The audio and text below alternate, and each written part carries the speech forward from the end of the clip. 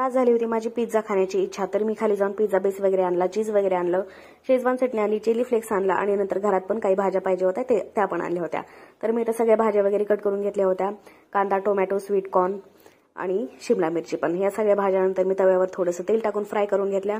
जो आपला pizza base होता त्याला पण छोटे छोटे वेळ पाडले आणि त्याला पण मस्तपैकी एका साईडनी गरम करून घेतलं आणि नंतर त्याच्यावर शेजवान चटणी लावली, चीज टाकलं आणि ह्या सगळ्या ज्या भाज्या आहेत त्या पण टाकल्या आणि नंतर वापस त्याच्यावर आणखीन चीज टाकलं. तर अशा प्रकारे आपण नंतर ह्याला तव्यावर 5-7 मिनिटं आपण झाकून ठेवणार आहोत कमी गॅसवर आणि नंतर आपला पिझ्झा जो आहे तो तयार होणार आहे.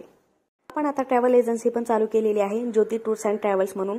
तर तुम्ही या उन्हाळ्यामध्ये ट्रिप तर प्लॅन करतच असाल, गोवा, महाबळेश्वर किंवा भारतामध्ये कुठेही तुम्हाला जायचं असेल तर ज्योती टूर्स अँड ट्रॅव्हल्सला नक्की व्हिजिट करा. तुम्हाला गाडी रिजनेबल रेटमध्ये आणि टॉप कंडिशनमध्ये मिळून जाईल. तर नंबर डिस्क्रिप्शनमध्ये मी दिलेला आहे, तर नक्की व्हिजिट करा. आपला पिझ्झा पण रेडी आहे.